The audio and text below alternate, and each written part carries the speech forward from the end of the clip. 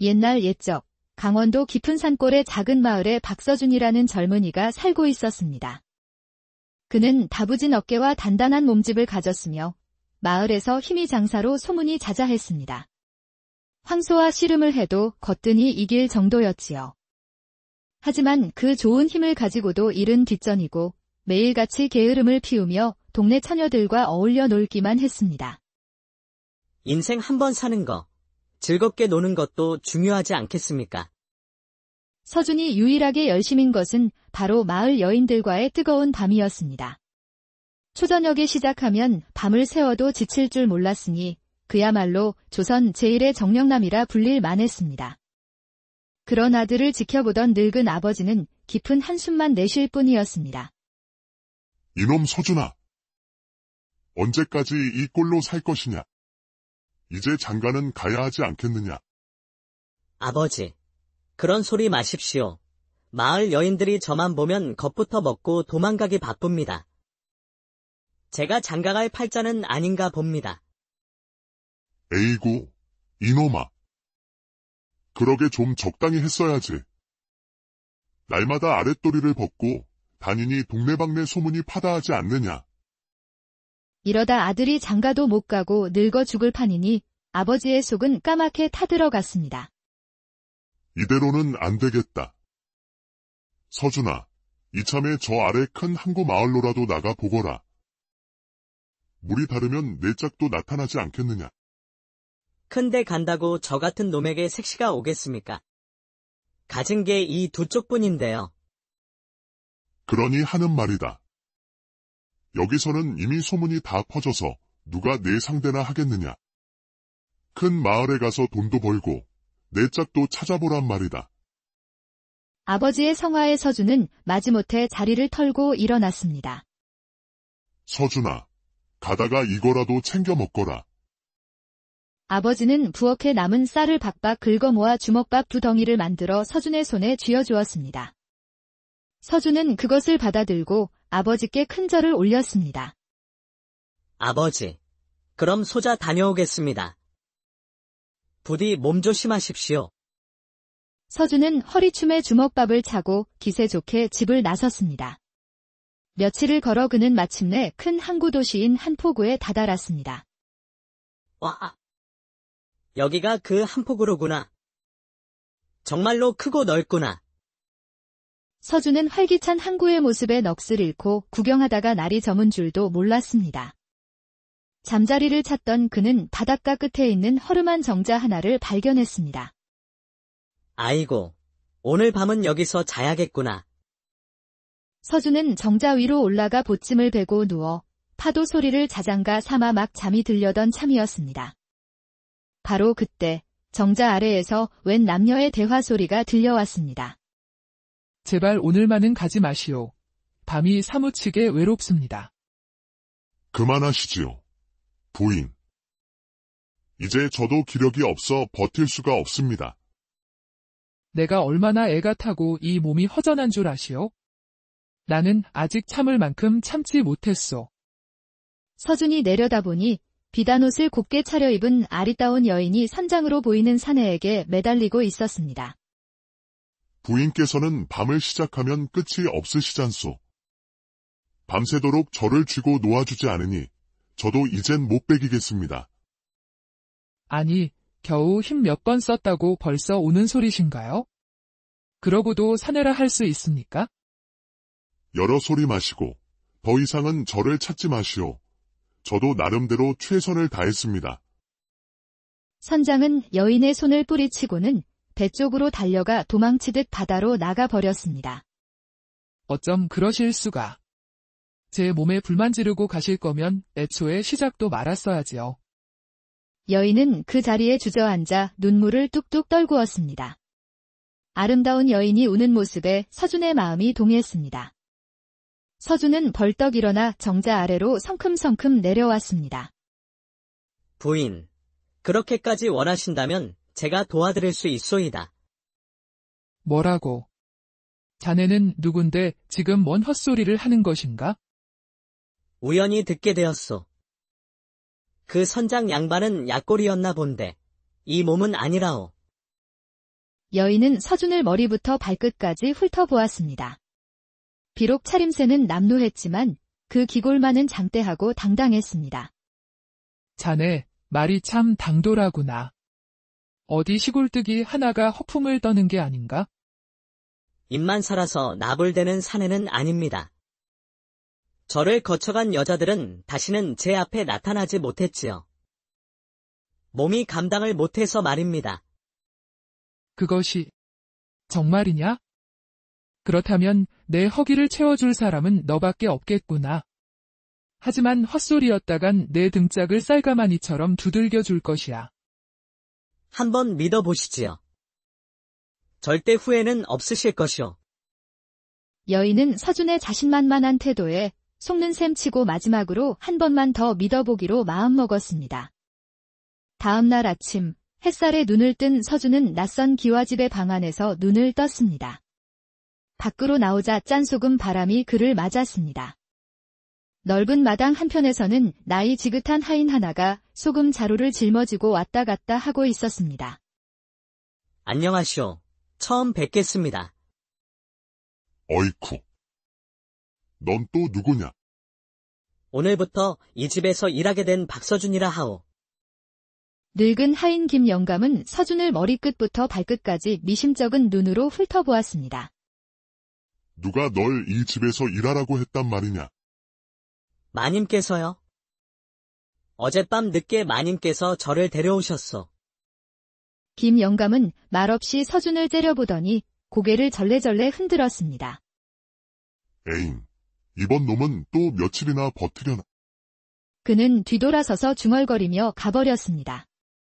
그때 마침 앳된 여종 하나가 생선이 담긴 소쿠리를 안고 들어오고 있었습니다. 당신이 새로 오신 분입니까? 그렇소만. 저를 따라오시지요.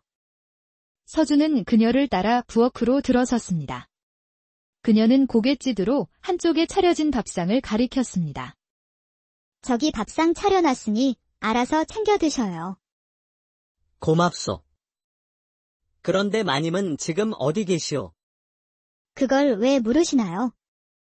그녀의 말투는 조금은 차갑고 날이 서 있었습니다. 오늘부터 일하게 됐으니 그렇지. 무슨 일을 하면 되는지 여쭤봐야 할 것 아니겠소. 그러자 여종은 서준을 빤히 바라보았습니다. 밤일 하러 오신 게 아니었나요? 그거 말고는 마님께서 새 사내를 들을 이유가 없지요. 그녀의 말에 서준은 아무래도 이 집에 온 사내가 자신이 처음이 아님을 직감했습니다. 그럼 지금 마님은 집에 안 계시오. 저녁에나 돌아오시지요. 마님께서는 이 한 포구에서 가장 큰 객주의 주인이십니다. 이 항구의 배 절반이 마님 손을 거치지요. 그래서 낮에는 늘 포구에 계십니다. 그녀의 이름은 수아였습니다. 말투는 퉁명스러웠지만 묻는 말에는 빠짐없이 대답해 주었습니다. 그렇구려. 일단 밥은 고맙게 잘 먹겠소이다.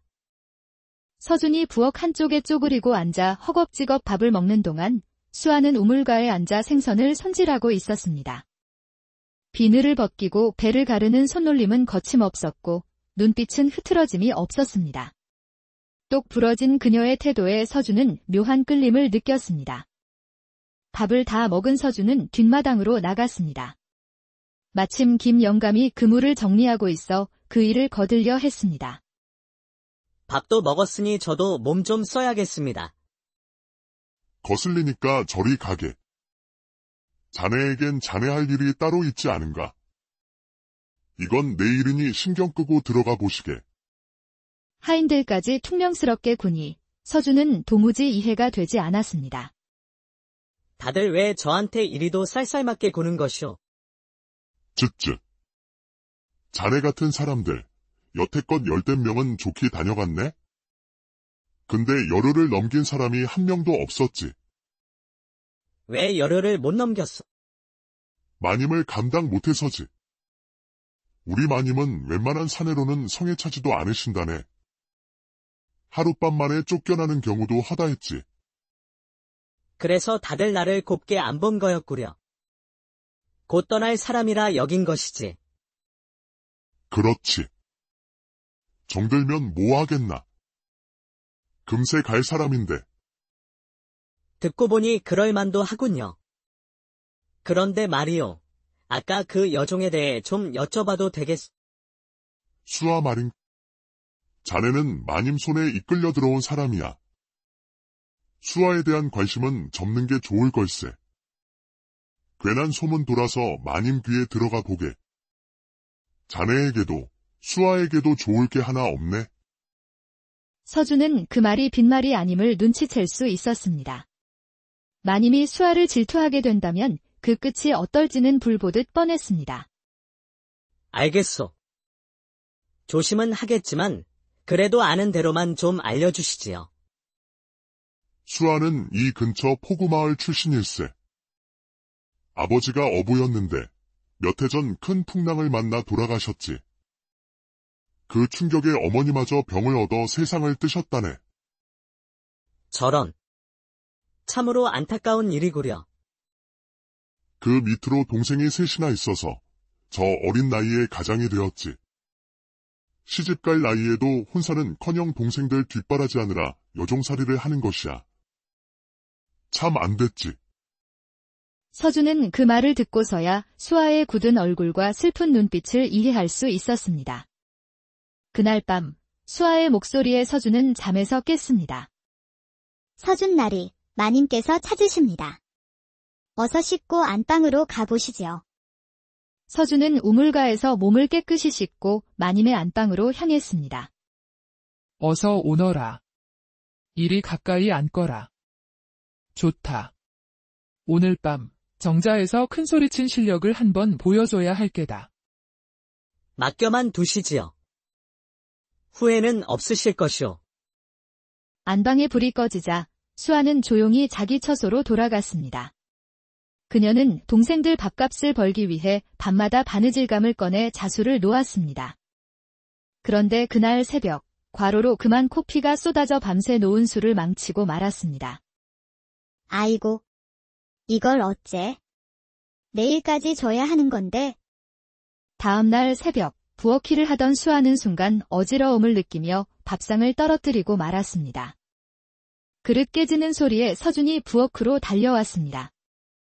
괜찮으시오. 그는 쓰러지려는 수아를 부축했습니다. 괜찮아요. 잠깐 어지러웠을 뿐이에요. 아닌 것 같소. 얼굴이 창백하고 눈빛도 흐릿하오. 여기 앉아 잠깐 쉬시오. 서준은 짚을 깔고 수아를 앉힌 뒤 묵묵히 깨진 그릇을 치우고 마님의 아침상까지 모두 준비했습니다. 일을 마친 서준은 일어나지 못하는 수아를 조심스럽게 안아 그녀의 방에 눕히고 이불을 덮어주었습니다. 여기 누워서 좀 쉬시오. 해 진력이 되어서야 눈을 뜬 수아는 마당을 보고 깜짝 놀랐습니다. 며칠째 밀려있던 빨랫감이 모두 뽀송하게 널려 있었고 부엌은 바닥이며 찬장까지 말끔하게 정돈되어 있었습니다. 그 광경에 수아는 저도 모르게 얼굴에 옅은 미소를 지었습니다. 한편 객주 일을 마무리하던 마님은 옆가게 과부와 이야기를 나누고 있었습니다. 이거 이번에도 새로 사내를 들였다고? 그런데 어떤 놈이길래 이번엔 자네 혼자 실실 웃고 다니는가? 말도 마, 아랫도리가 아직도 욱신거린다니까? 오, 진짜 물건 하나 건졌구먼. 근데 혼자만 품고 있으려는 건 좀 치사한 거 아니야? 이놈은 달라. 얘는 내가 꽉 붙잡고 있을 거야. 절대 양보 못해. 그날 밤 마님은 다시 서준을 불렀고 그들의 신음소리는 조용한 집안을 울렸습니다. 부엌에 있던 수아는 두 손으로 귀를 막았습니다. 평소에는 아무렇지 않게 흘려들었지만 오늘따라 그 소리는 너무도 괴로웠습니다. 그녀는 차오르는 가슴앓이를 견디지 못하고 대문을 박차고 나가 어둠 속을 헤맸습니다. 깨진 그릇을 말없이 치워주던 서준, 밥상을 차려주고 설거지를 대신해주던 서준. 그런 그가 지금 마님의 방 안에 있다는 상상만으로도 가슴이 저려왔습니다. 며칠이 지나면서 마님은 수아의 일까지 대신하며 그녀를 살뜰히 챙기는 서준의 모습을 보게 되었습니다. 그리고 서준을 바라보는 수아의 눈길이 심상치 않음을 눈치챘습니다. 내 눈이 헛된 것이 아니야?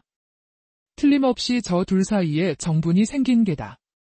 전연을 내쫓는다고 끝날 일이 아니다. 아예 서로 못 마주치게 만들어야겠다. 며칠 뒤 마님은 포졸들을 이끌고 집으로 들어섰습니다. 며칠 전 제 폐물이 감쪽같이 사라졌소. 다른 물건은 손대지 않고 비녀며 노리개만 없어진 걸 보니 집안을 잘 아는 자의 짓이 분명하오. 잠시 후 포졸들은 부엌살독에서 금비녀와 폐물을 찾아냈습니다. 맞소. 내 것이 틀림없소. 부엌은 여종 수아 외엔 드나드는 자가 없다고 하셨지요. 그럼 범인은 정해졌군. 인연을 관하로 압송하라. 아니옵니다. 저는 그런 짓을 하지 않았습니다. 억울합니다. 수아는 포박되어 억울한 눈물을 흘리며 끌려갔습니다. 그 모습을 지켜보던 서준은 마님의 얼굴에 스치듯 번지는 미소를 놓치지 않았습니다.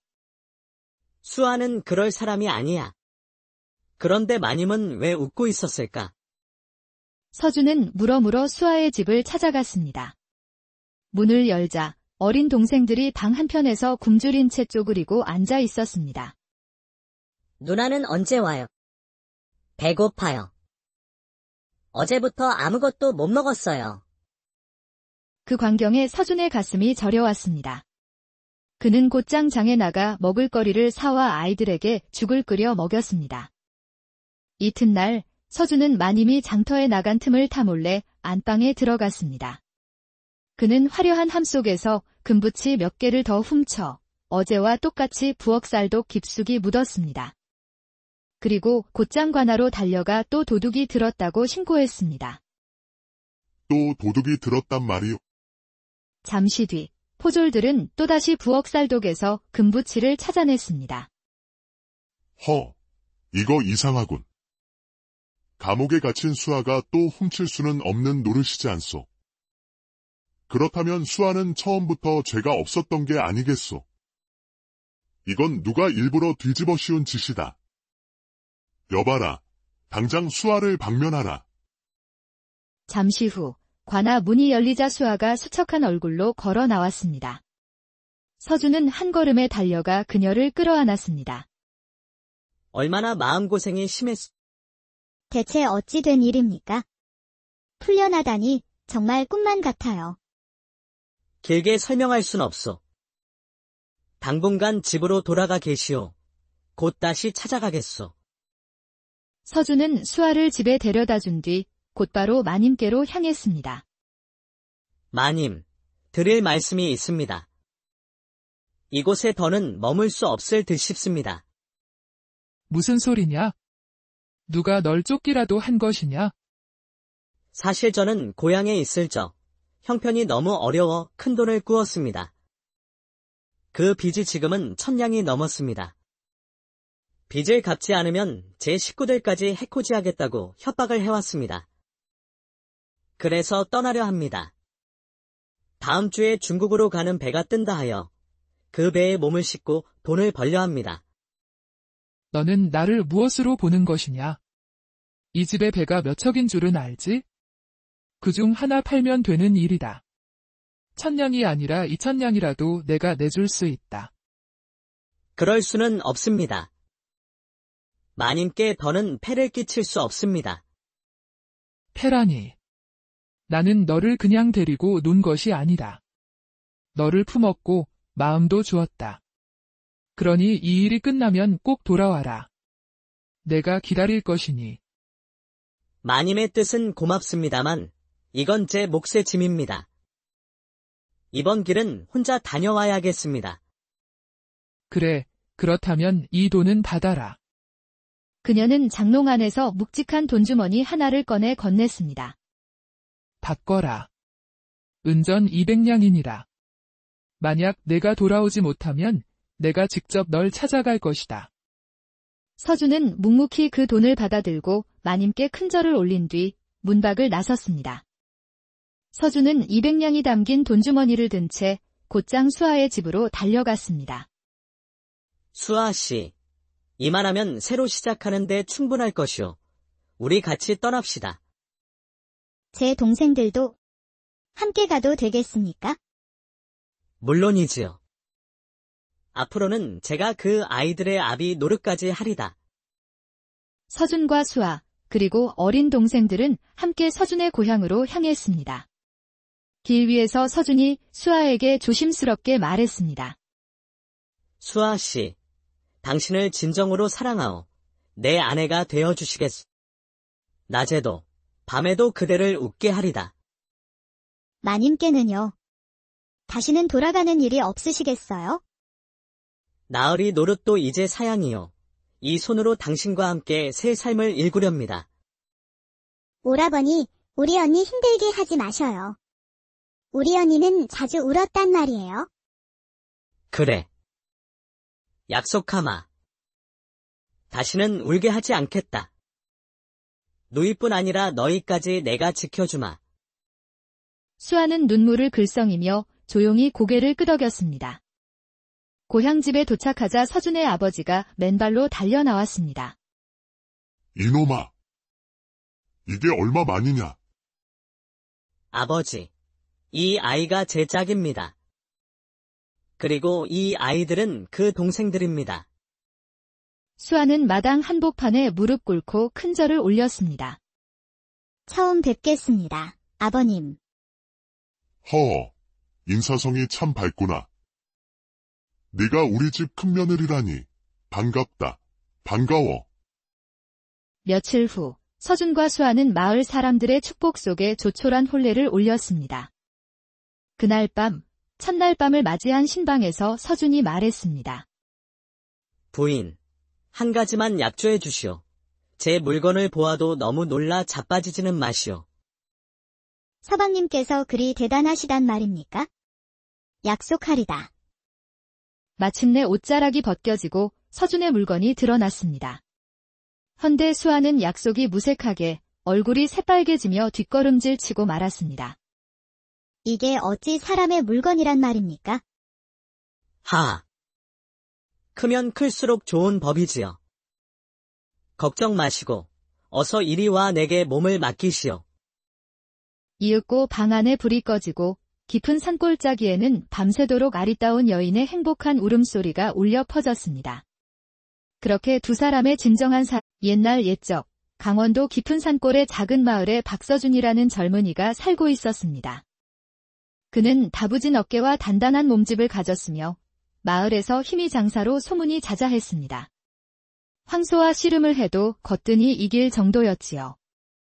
하지만 그 좋은 힘을 가지고도 일은 뒷전이고 매일같이 게으름을 피우며 동네 처녀들과 어울려 놀기만 했습니다. 인생 한 번 사는 거, 즐겁게 노는 것도 중요하지 않겠습니까? 서준이 유일하게 열심인 것은 바로 마을 여인들과의 뜨거운 밤이었습니다.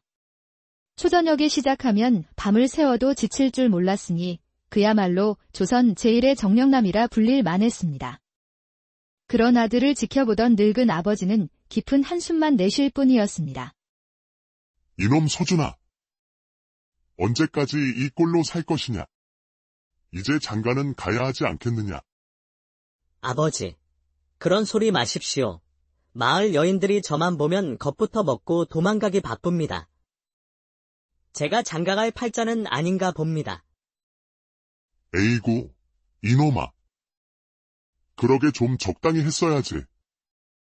날마다 아랫도리를 벗고 다니니 동네방네 소문이 파다하지 않느냐. 이러다 아들이 장가도 못 가고 늙어 죽을 판이니 아버지의 속은 까맣게 타들어갔습니다. 이대로는 안 되겠다. 서준아, 이참에 저 아래 큰 항구 마을로라도 나가 보거라. 물이 다르면 내 짝도 나타나지 않겠느냐. 큰데 간다고 저 같은 놈에게 색시가 오겠습니까? 가진 게 이 두 쪽뿐인데요. 그러니 하는 말이다. 여기서는 이미 소문이 다 퍼져서 누가 내 상대나 하겠느냐. 큰 마을에 가서 돈도 벌고 내 짝도 찾아보란 말이다. 아버지의 성화에 서준은 마지못해 자리를 털고 일어났습니다. 서준아, 가다가 이거라도 챙겨 먹거라. 아버지는 부엌에 남은 쌀을 박박 긁어 모아 주먹밥 2덩이를 만들어 서준의 손에 쥐어주었습니다. 서준은 그것을 받아들고 아버지께 큰 절을 올렸습니다. 아버지, 그럼 소자 다녀오겠습니다. 부디 몸 조심하십시오. 서준은 허리춤에 주먹밥을 차고 기세 좋게 집을 나섰습니다. 며칠을 걸어 그는 마침내 큰 항구 도시인 한포구에 다다랐습니다. 와, 여기가 그 한포구로구나. 정말로 크고 넓구나. 서준은 활기찬 항구의 모습에 넋을 잃고 구경하다가 날이 저문 줄도 몰랐습니다. 잠자리를 찾던 그는 바닷가 끝에 있는 허름한 정자 하나를 발견했습니다. 아이고, 오늘 밤은 여기서 자야겠구나. 서준은 정자 위로 올라가 보침을 베고 누워 파도 소리를 자장가 삼아 막 잠이 들려던 참이었습니다. 바로 그때 정자 아래에서 웬 남녀의 대화 소리가 들려왔습니다. 제발 오늘만은 가지 마시오. 밤이 사무치게 외롭습니다. 그만하시지요. 부인. 이제 저도 기력이 없어 버틸 수가 없습니다. 내가 얼마나 애가 타고 이 몸이 허전한 줄 아시오? 나는 아직 참을 만큼 참지 못했소. 서준이 내려다보니 비단옷을 곱게 차려입은 아리따운 여인이 선장으로 보이는 사내에게 매달리고 있었습니다. 부인께서는 밤을 시작하면 끝이 없으시잖소. 밤새도록 저를 쥐고 놓아주지 않으니 저도 이젠 못 베기겠습니다. 아니, 겨우 힘 몇 번 썼다고 벌써 오는 소리신가요? 그러고도 사내라 할 수 있습니까? 여러 소리 마시고 더 이상은 저를 찾지 마시오. 저도 나름대로 최선을 다했습니다. 선장은 여인의 손을 뿌리치고는 배 쪽으로 달려가 도망치듯 바다로 나가버렸습니다. 어쩜 그러실 수가. 제 몸에 불만 지르고 가실 거면 애초에 시작도 말았어야지요. 여인은 그 자리에 주저앉아 눈물을 뚝뚝 떨구었습니다. 아름다운 여인이 우는 모습에 서준의 마음이 동했습니다. 서준은 벌떡 일어나 정자 아래로 성큼성큼 내려왔습니다. 부인, 그렇게까지 원하신다면 제가 도와드릴 수 있소이다. 뭐라고? 자네는 누군데 지금 뭔 헛소리를 하는 것인가? 우연히 듣게 되었소.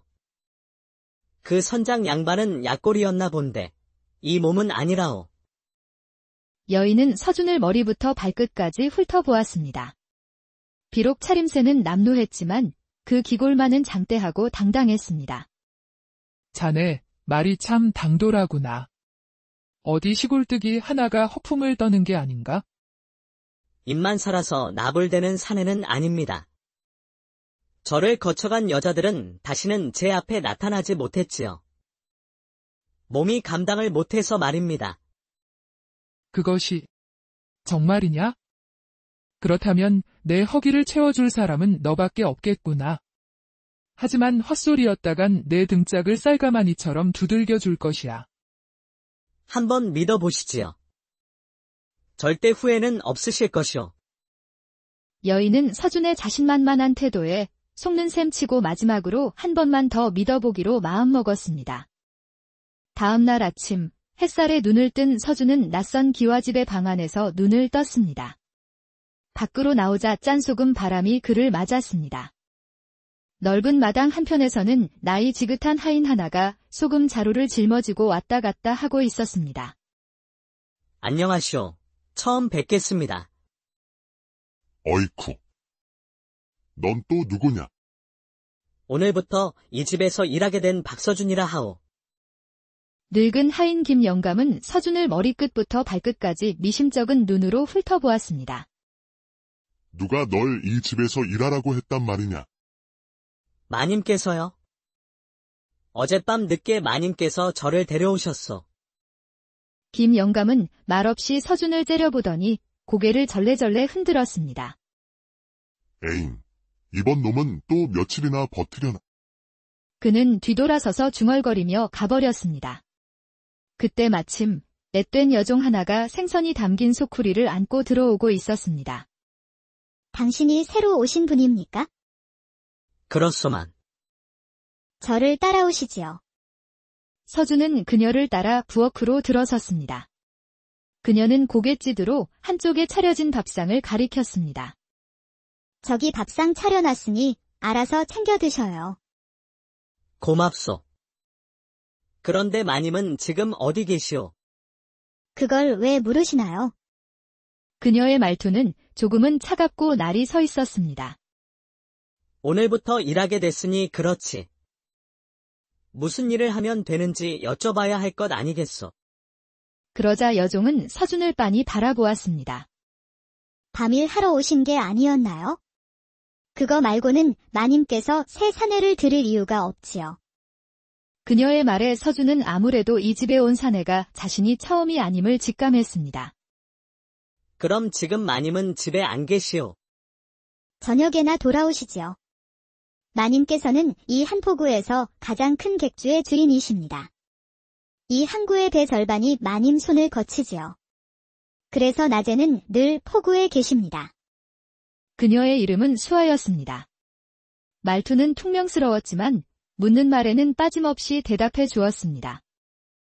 그렇구려. 일단 밥은 고맙게 잘 먹겠소이다. 서준이 부엌 한쪽에 쪼그리고 앉아 허겁지겁 밥을 먹는 동안 수아는 우물가에 앉아 생선을 손질하고 있었습니다. 비늘을 벗기고 배를 가르는 손놀림은 거침없었고 눈빛은 흐트러짐이 없었습니다. 똑 부러진 그녀의 태도에 서준은 묘한 끌림을 느꼈습니다. 밥을 다 먹은 서준은 뒷마당으로 나갔습니다. 마침 김 영감이 그물을 정리하고 있어 그 일을 거들려 했습니다. 밥도 먹었으니 저도 몸 좀 써야겠습니다. 거슬리니까 저리 가게. 자네에겐 자네 할 일이 따로 있지 않은가? 이건 내 일이니 신경 끄고 들어가 보시게. 하인들까지 퉁명스럽게 구니 서준은 도무지 이해가 되지 않았습니다. 다들 왜 저한테 이리도 쌀쌀맞게 구는 것이오? 쯧쯧. 자네 같은 사람들, 여태껏 10댓 명은 좋게 다녀갔네? 근데 열흘을 넘긴 사람이 한 명도 없었지. 왜 열흘을 못 넘겼어? 마님을 감당 못해서지. 우리 마님은 웬만한 사내로는 성에 차지도 않으신다네. 하룻밤 만에 쫓겨나는 경우도 허다했지. 그래서 다들 나를 곱게 안 본 거였구려. 곧 떠날 사람이라 여긴 것이지. 그렇지. 정들면 뭐 하겠나. 금세 갈 사람인데. 듣고 보니 그럴만도 하군요. 그런데 말이오. 아까 그 여종에 대해 좀 여쭤봐도 되겠소? 수아 말인. 자네는 마님 손에 이끌려 들어온 사람이야. 수아에 대한 관심은 접는 게 좋을 걸세. 괜한 소문 돌아서 마님 귀에 들어가 보게. 자네에게도 수아에게도 좋을 게 하나 없네. 서준은 그 말이 빈말이 아님을 눈치챌 수 있었습니다. 마님이 수아를 질투하게 된다면 그 끝이 어떨지는 불보듯 뻔했습니다. 알겠소. 조심은 하겠지만 그래도 아는 대로만 좀 알려주시지요. 수아는 이 근처 포구마을 출신일세. 아버지가 어부였는데 몇 해 전 큰 풍랑을 만나 돌아가셨지. 그 충격에 어머니마저 병을 얻어 세상을 뜨셨다네. 저런. 참으로 안타까운 일이구려. 그 밑으로 동생이 셋이나 있어서 저 어린 나이에 가장이 되었지. 시집갈 나이에도 혼사는커녕 동생들 뒷바라지하느라 여종살이를 하는 것이야. 참 안 됐지. 서준은 그 말을 듣고서야 수아의 굳은 얼굴과 슬픈 눈빛을 이해할 수 있었습니다. 그날 밤 수아의 목소리에 서준은 잠에서 깼습니다. 서준 나리, 마님께서 찾으십니다. 어서 씻고 안방으로 가보시지요. 서준은 우물가에서 몸을 깨끗이 씻고 마님의 안방으로 향했습니다. 어서 오너라. 이리 가까이 앉거라. 좋다. 오늘 밤 정자에서 큰소리친 실력을 한번 보여줘야 할 게다. 맡겨만 두시지요. 후회는 없으실 것이오. 안방에 불이 꺼지자 수아는 조용히 자기 처소로 돌아갔습니다. 그녀는 동생들 밥값을 벌기 위해 밤마다 바느질감을 꺼내 자수를 놓았습니다. 그런데 그날 새벽 과로로 그만 코피가 쏟아져 밤새 놓은 술을 망치고 말았습니다. 아이고. 이걸 어째? 내일까지 줘야 하는 건데. 다음날 새벽, 부엌일을 하던 수아는 순간 어지러움을 느끼며 밥상을 떨어뜨리고 말았습니다. 그릇 깨지는 소리에 서준이 부엌으로 달려왔습니다. 괜찮으시오. 그는 쓰러지려는 수아를 부축했습니다. 괜찮아요. 잠깐 어지러웠을 뿐이에요. 아닌 것 같소. 얼굴이 창백하고 눈빛도 흐릿하오. 여기 앉아 잠깐 쉬시오. 서준은 짚을 깔고 수아를 앉힌 뒤 묵묵히 깨진 그릇을 치우고 마님의 아침상까지 모두 준비했습니다. 일을 마친 서준은 일어나지 못하는 수아를 조심스럽게 안아 그녀의 방에 눕히고 이불을 덮어주었습니다. 여기 누워서 좀 쉬시오. 해 진력이 되어서야 눈을 뜬 수아는 마당을 보고 깜짝 놀랐습니다. 며칠째 밀려있던 빨랫감이 모두 뽀송하게 널려 있었고 부엌은 바닥이며 찬장까지 말끔하게 정돈되어 있었습니다. 그 광경에 수아는 저도 모르게 얼굴에 옅은 미소를 지었습니다. 한편 객주 일을 마무리하던 마님은 옆가게 과부와 이야기를 나누고 있었습니다. 이거 이번에도 새로 사내를 들였다고? 그런데 어떤 놈이길래 이번엔 자네 혼자 실실 웃고 다니는가? 말도 마, 아랫도리가 아직도 욱신거린다니까? 오, 진짜 물건 하나 건졌구먼. 근데 혼자만 품고 있으려는 건 좀 치사한 거 아니야?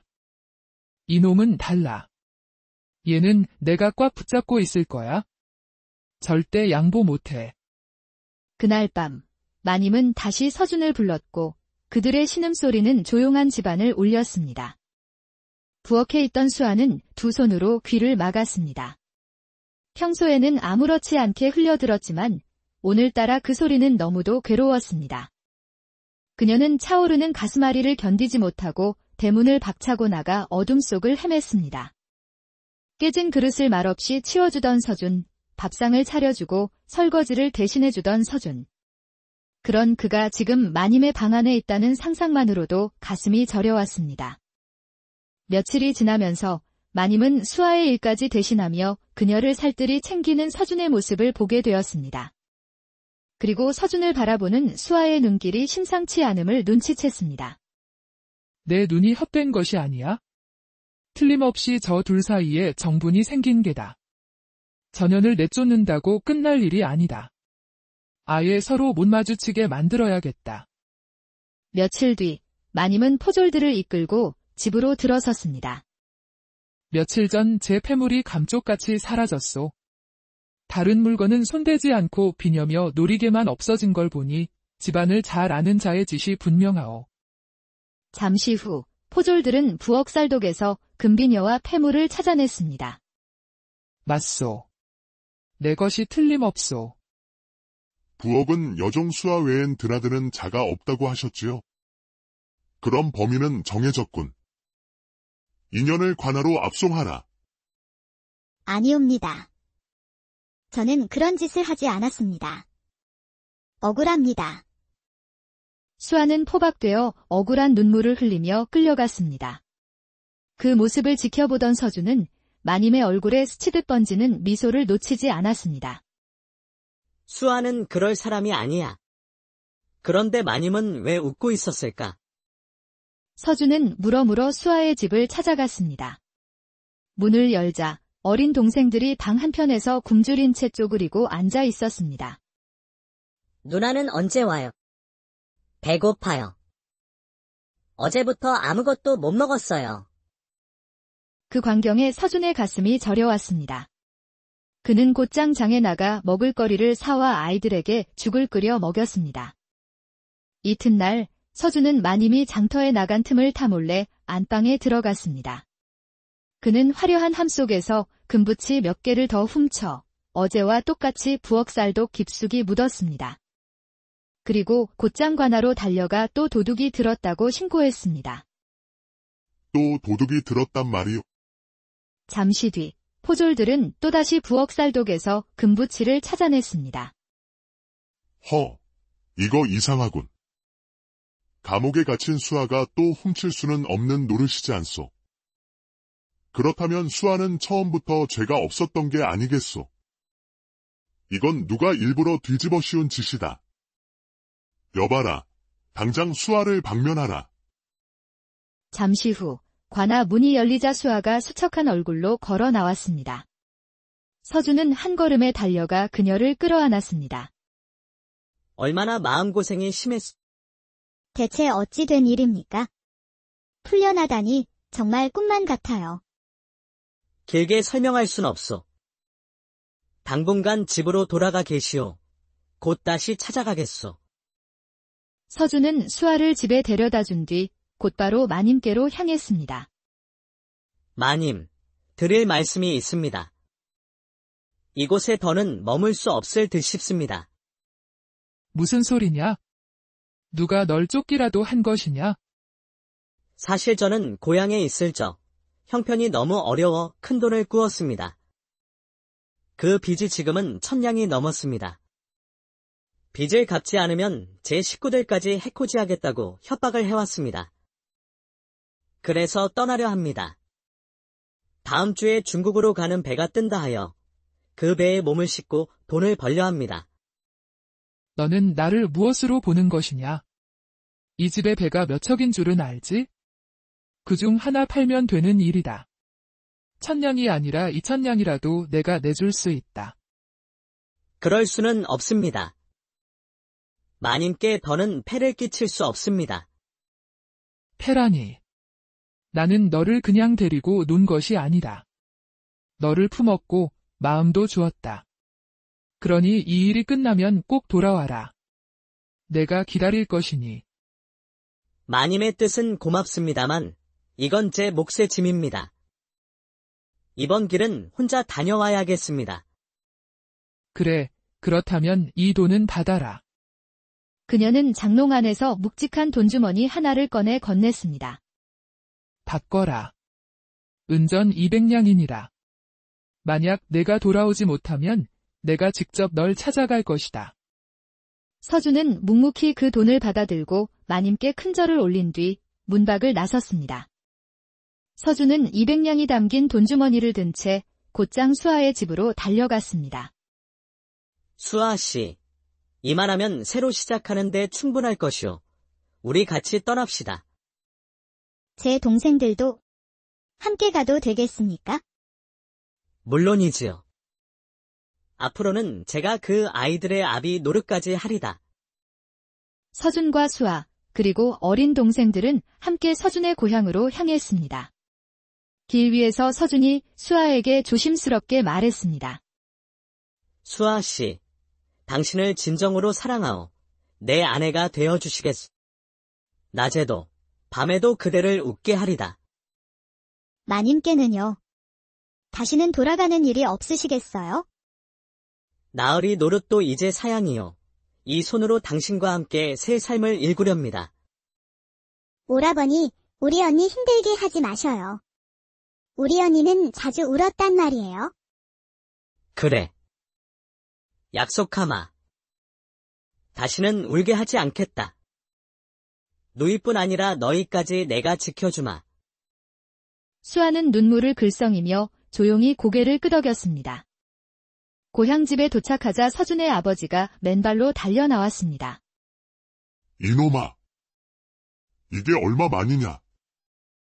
아버지, 이 아이가 제 짝입니다. 그리고 이 아이들은 그 동생들입니다. 수아는 마당 한복판에 무릎 꿇고 큰절을 올렸습니다. 처음 뵙겠습니다, 아버님. 허, 인사성이 참 밝구나.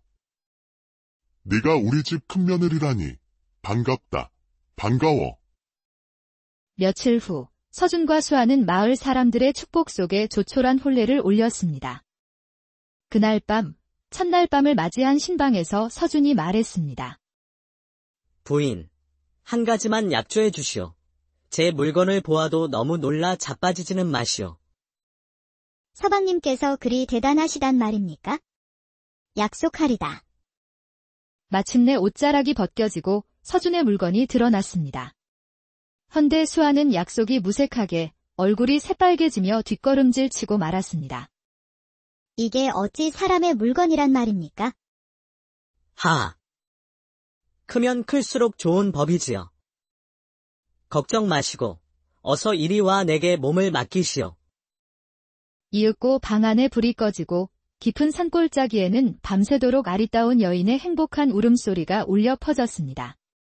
그렇게 두 사람의 진정한 옛날 옛적 강원도 깊은 산골의 작은 마을에 박서준이라는 젊은이가 살고 있었습니다. 그는 다부진 어깨와 단단한 몸집을 가졌으며 마을에서 힘이 장사로 소문이 자자했습니다. 황소와 씨름을 해도 거뜬히 이길 정도였지요. 하지만 그 좋은 힘을 가지고도 일은 뒷전이고 매일같이 게으름을 피우며 동네 처녀들과 어울려 놀기만 했습니다. 인생 한 번 사는 거, 즐겁게 노는 것도 중요하지 않겠습니까? 서준이 유일하게 열심인 것은 바로 마을 여인들과의 뜨거운 밤이었습니다. 초저녁에 시작하면 밤을 새워도 지칠 줄 몰랐으니 그야말로 조선 제1의 정령남이라 불릴 만했습니다. 그런 아들을 지켜보던 늙은 아버지는 깊은 한숨만 내쉴 뿐이었습니다. 이놈 서준아.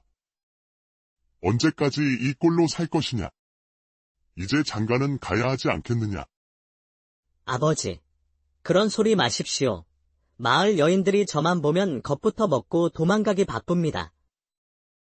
제가 장가갈 팔자는 아닌가 봅니다. 에이구, 이놈아. 그러게 좀 적당히 했어야지. 날마다 아랫도리를 벗고 다니니 동네방네 소문이 파다하지 않느냐. 이러다 아들이 장가도 못 가고 늙어 죽을 판이니 아버지의 속은 까맣게 타들어갔습니다. 이대로는 안 되겠다. 서준아, 이참에 저 아래 큰 항구 마을로라도 나가 보거라. 물이 다르면 내 짝도 나타나지 않겠느냐. 큰데 간다고 저 같은 놈에게 색시가 오겠습니까? 가진 게 이 두 쪽뿐인데요. 그러니 하는 말이다. 여기서는 이미 소문이 다 퍼져서 누가 내 상대나 하겠느냐. 큰 마을에 가서 돈도 벌고 내 짝도 찾아보란 말이다. 아버지의 성화에 서준은 마지못해 자리를 털고 일어났습니다. 서준아, 가다가 이거라도 챙겨 먹거라. 아버지는 부엌에 남은 쌀을 박박 긁어 모아 주먹밥 두 덩이를 만들어 서준의 손에 쥐어주었습니다. 서준은 그것을 받아들고 아버지께 큰 절을 올렸습니다. 아버지, 그럼 소자 다녀오겠습니다.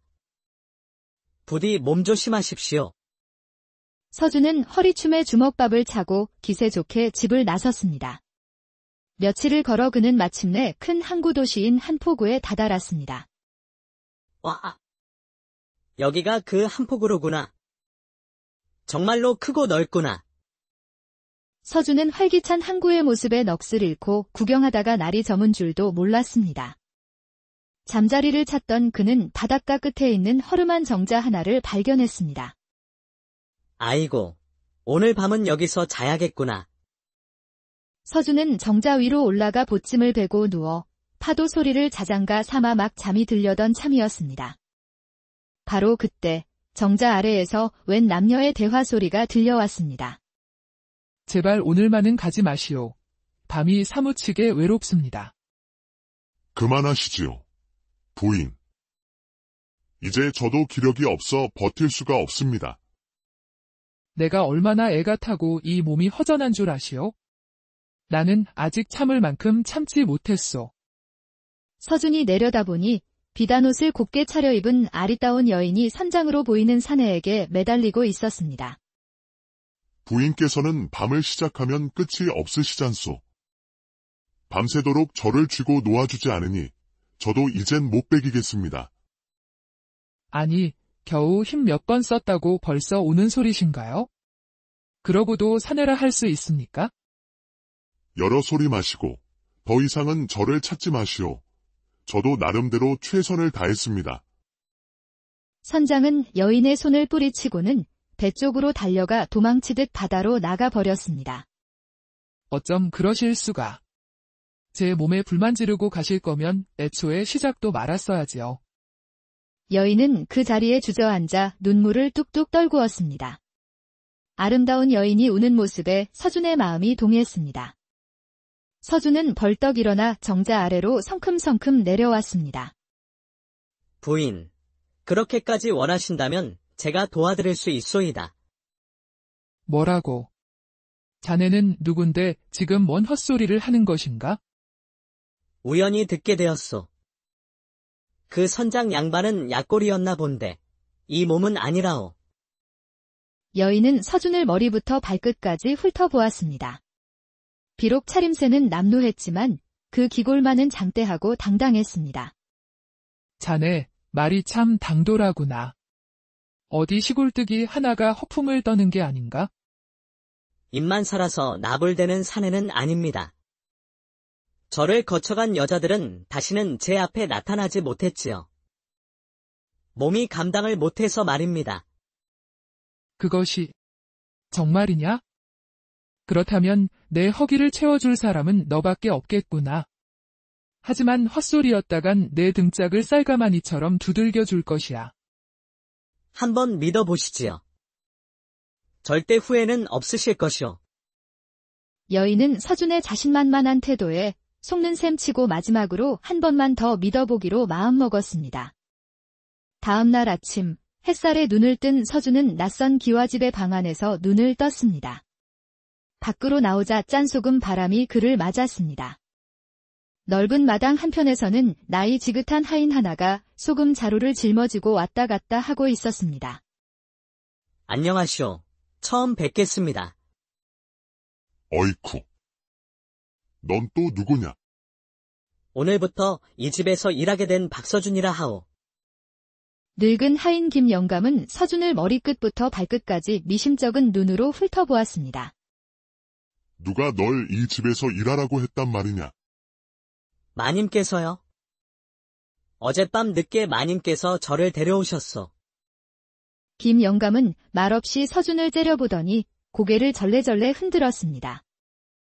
에잉, 이번 놈은 또 며칠이나 버티려나? 그는 뒤돌아서서 중얼거리며 가버렸습니다. 그때 마침 앳된 여종 하나가 생선이 담긴 소쿠리를 안고 들어오고 있었습니다.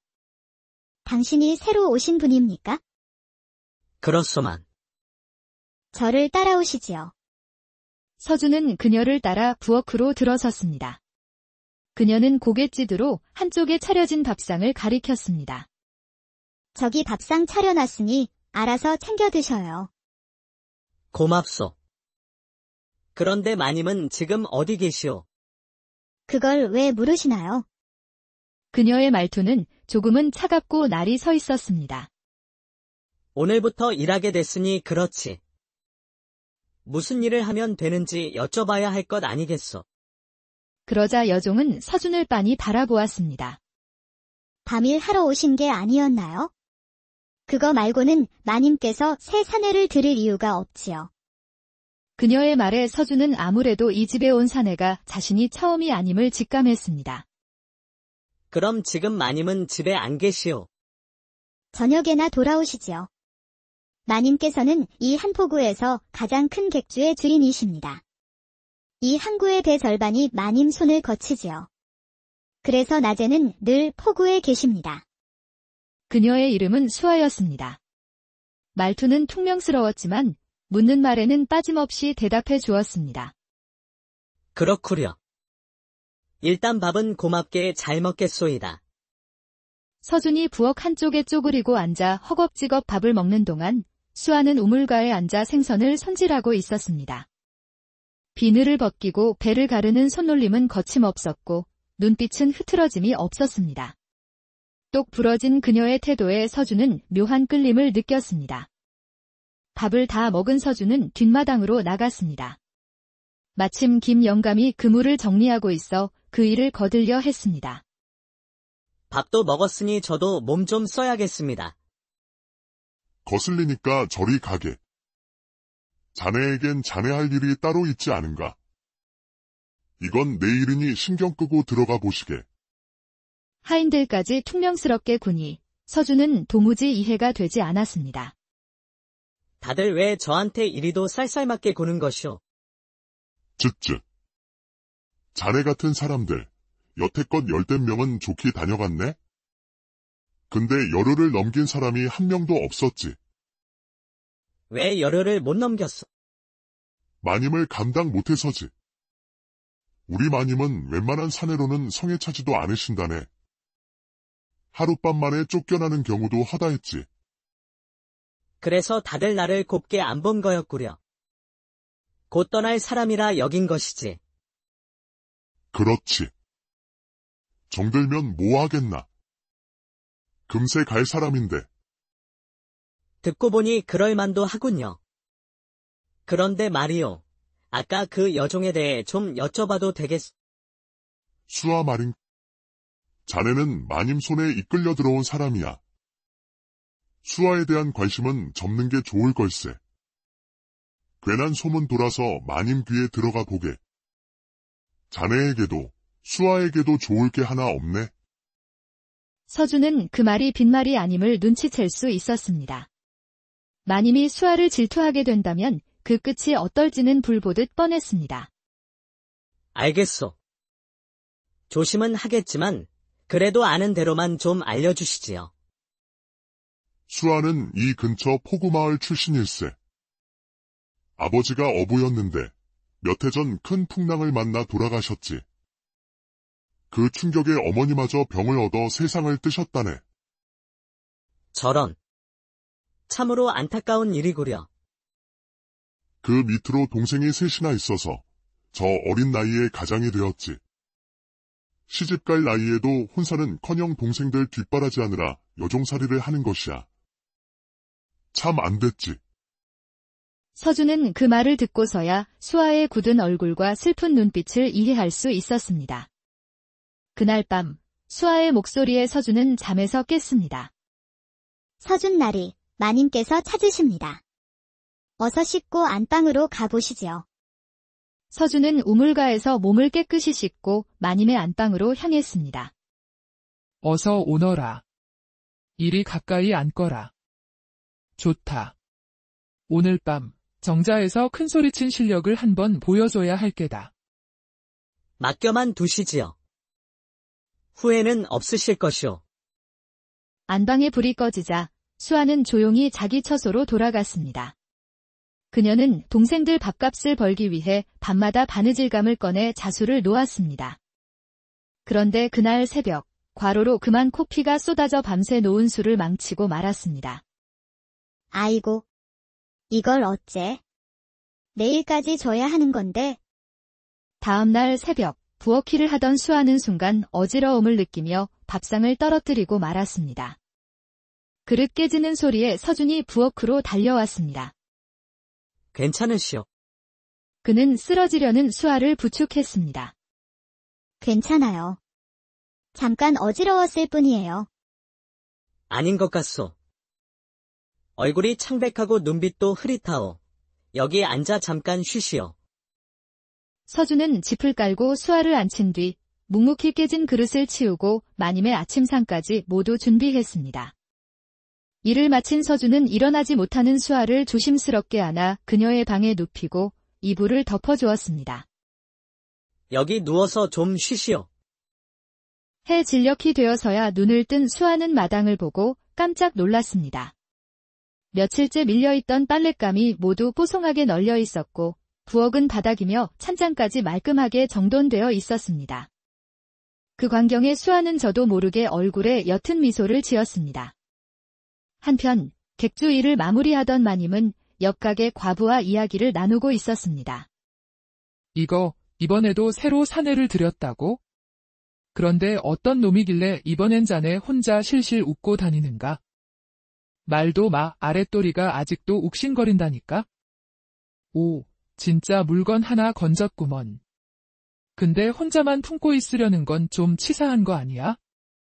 이놈은 달라. 얘는 내가 꽉 붙잡고 있을 거야. 절대 양보 못해. 그날 밤 마님은 다시 서준을 불렀고 그들의 신음소리는 조용한 집안을 울렸습니다. 부엌에 있던 수아는 두 손으로 귀를 막았습니다.